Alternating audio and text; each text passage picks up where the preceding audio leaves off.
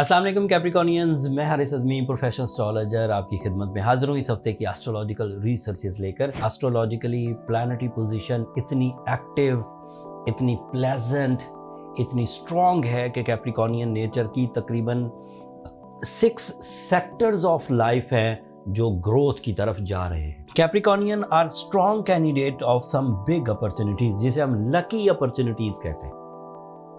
वो बिजनेस की हो सकती हैं, वो प्रॉपर्टी से रिलेटेड हो सकती हैं, वो आईटी से रिलेटेड हो सकती हैं, वो इन्वेस्टमेंट से रिलेटेड हो सकती हैं, जिससे बहुत सारी ख्वाहिशें जो फाइनेंशियल साइड की हैं आपकी पूरी हो जाएंगी। तो अगर आप अपॉर्चुनिटी मिस करते हैं तो this is your headache, this is your laziness, this is your issue.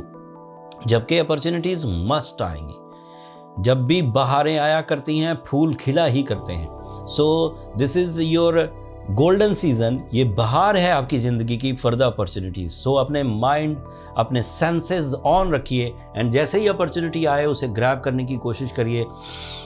अगर आपने इन दिनों अपनी अपॉर्चुनिटीज़ को ग्रैब किया तो ये लॉन्ग लास्टिंग होंगी, अगले कई महीनों तक इसके एडवांटेजेस आप हासिल करते रहेंगे। Started from this month, this is first sector of your life as opportunities जो आपको ग्रोथ की तरफ लेकर जाएंगी। The second sector is your career and your love life. Venus is the representative of your career and love life.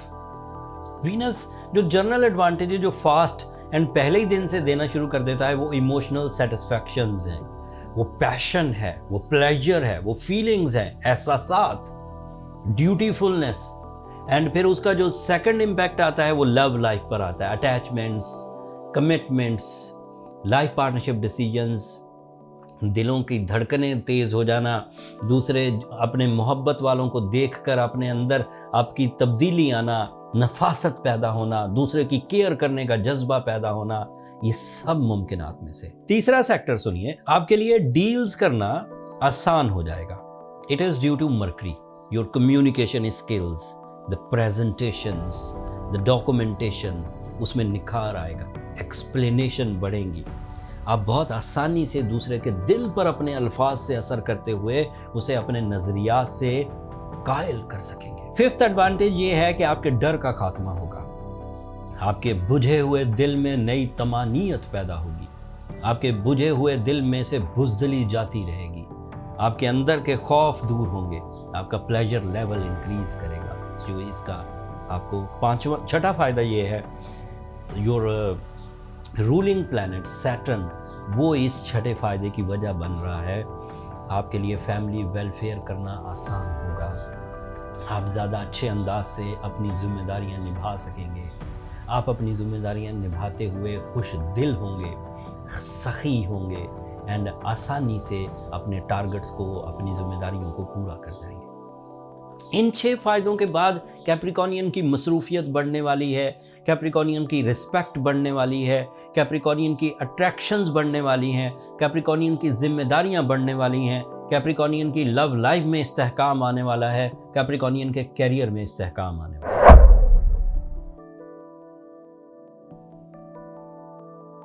अस्सलाम वालेकुम Aquarians, मैं Haris अज़मी professional astrologer आपकी खिदमत में हाजिर हूँ इस हफ्ते की एस्ट्रोलॉजिकल रिसर्चेस के साथ। आपको जो पहला एडवांटेज मिलेगा वो है आपकी मार्स की पोजीशन, जो आपके लिए कैरियर का रिप्रेजेंटेटिव है, आपके लिए फैमिली लाइफ का रिप्रेजेंटेटिव है, आपके लिए कंपटीशंस का रिप्रेजेंटेटिव है, आपके लिए फिजिकल स्ट्रेंथ का रिप्रेजेंटेटिव है। तो 4 फायदे आपके एक ही प्लैनेट की वजह से आपको मुयस्सर है।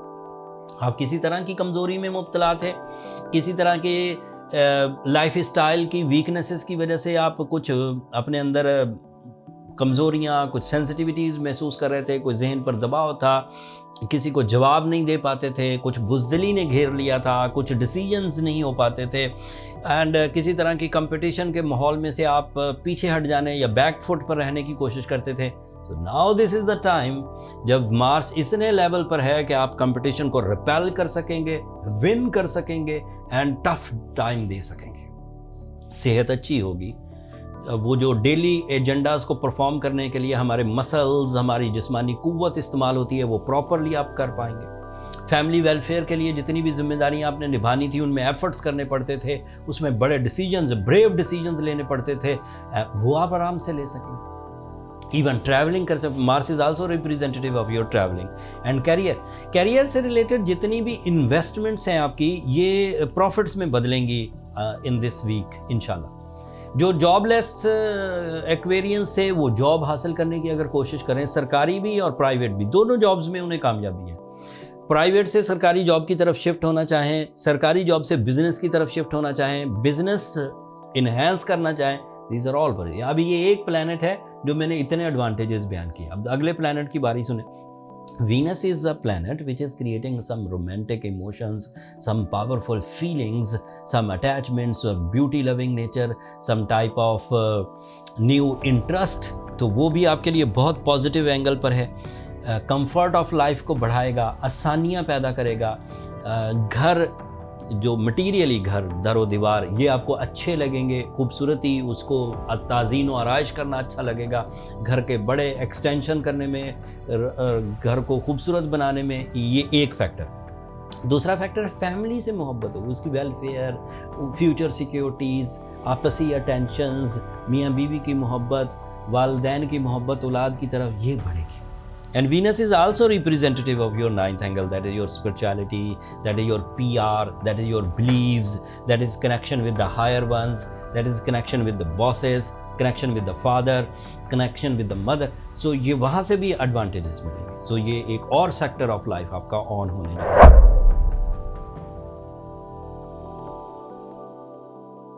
अस्सलाम वालेकुम पाइसियंस, मैं हारिस अज़मी, प्रोफेशनल एस्ट्रोलॉजर, आपकी खिदमत में हाजिर हूँ इस हफ्ते की एस्ट्रोलॉजिकल रिसर्चेस के साथ। पहला आपका फाइनेंशियल अचीवमेंट वाली साइड है। आपके लिए मार्स एक बहुत इंपॉर्टेंट प्लैनेट है।